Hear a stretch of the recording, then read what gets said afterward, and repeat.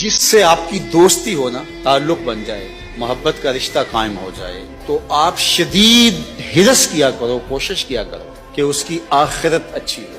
ایک شوہر نے اپنی بیوی سے کہا کہ میرا جی چاہتا ہے کہ تم میرے ساتھ جنت میں جاؤ، ہم اکٹھے جیسے یہاں رہ رہے ہیں ایسے ہی ہم جنت میں رہیں۔ اس نے کہا یہ تو میرا بھی جی چاہتا ہے۔ اس نے کہا پھر نماز پڑھا کرو، چونکہ جہنم میں جائیں گے بے نمازی اور لوگ راستے میں ملیں گے اور انہیں پوچھیں گے ما سلککم فی سقر، تم کیوں جہنم میں جا رہے ہو؟ تو وہ کہیں گے لم نک من المصلی، ہم نماز نہیں پڑھا۔